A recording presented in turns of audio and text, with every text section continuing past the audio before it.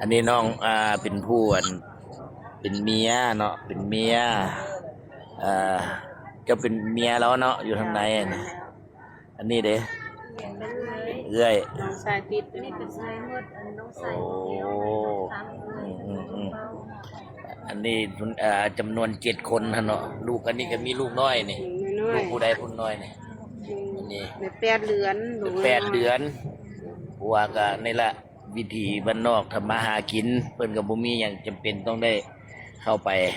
ก็บ่แม่นว่าไปหานั่นดอกไปหาอยู่หากินนั่นแหละเข้าไปบังเอิญน้ำมาแล้วก็เฮ็ดเกิดเป็นน้ำขังอยู่หั่นเนาะแล้วว่าน้องสิซอยเพิ่นแล้วก็แจ้งเจตนารมณ์นำเนาะว่าสิให้ครอบครัวเพิ่นเท่าใดอาจสิเป็นธุระป้าปังให้ได้เนาะนี่ขอบใจหลายไอ้สิยืนใส่มือเขาเจ้าเลยเพราะว่าบ่นั่นยืนให้เขาเจ้าเลยนะเนาะนี่เด้อน้องเด้อนี่7 ครอบครัวนี่แหละที่อยู่ในนี่เนาะเขาเจ้าก็มาท่าอยู่ปากถ้ำนี่เพื่ออยากเห็นผัวอยากเห็นหน้าอยากเห็นน้องเนาะอันนี้ตนเรานี่ลูก8 เดือนก็มานอนเฝ้าท่าพอว่ามันน้ำตาจากไหลน้องเลยเนาะมีอย่างกะเป็นธุระป้าปังให้ไอ้ก็ยังอยู่ปากถ้ำนี่แหละกำลังดูดน้ำสายไฟกับบ่พอเนาะสายไฟกับบ่พอกำลังเอาสายไฟลงคันมีสัญญาณมีอย่างไรสิส่งต่อเด้อ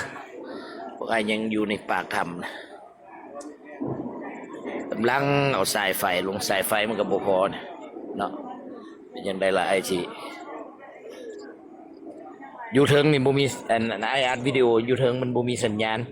ลงไปเป็นยังไงไอ้สิแสนหาคืนเด้อพัวเล่านะยังบ่ได้เห็นได้พัวเล่านะบ่ได้อยู่ในกลุ่ม5 คนหั่น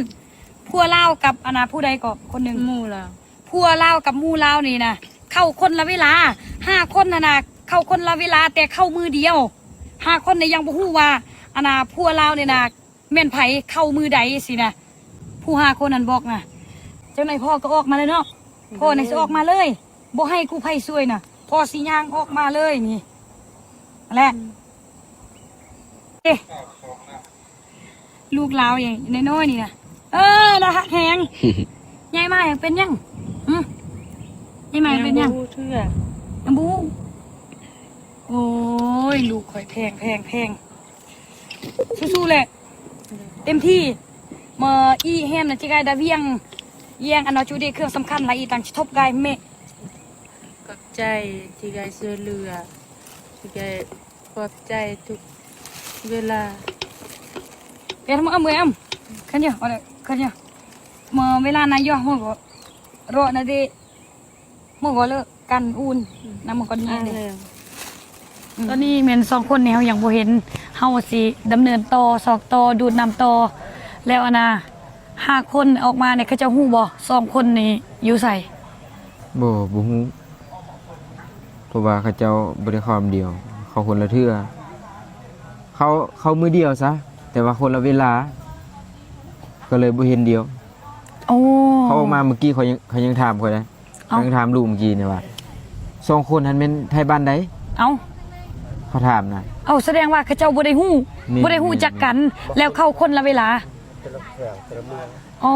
เขาฮู้จักเดียวแต่ว่าเขาบ่ฮู้ว่ามันเป็นไทยบ้านเฮานี่เขาไทยบ้านเดียวนี่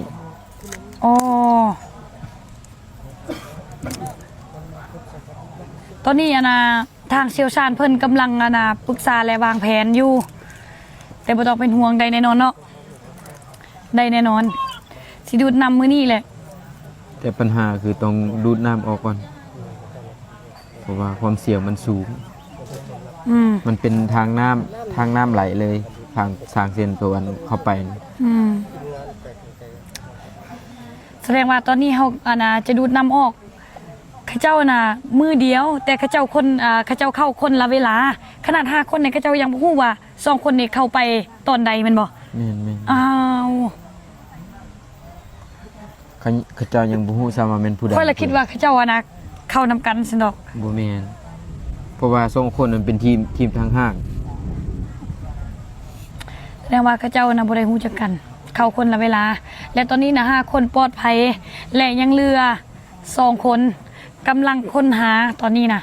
และมื้อนี้ยังบ่แน่ใจว่าจีน้องสิกลับเวียงจันทน์บ่เพื่อเขาเจ้ามีอุปกรณ์ที่สำคัญต่างๆจีน้องสิได้เอามาไวทันใจ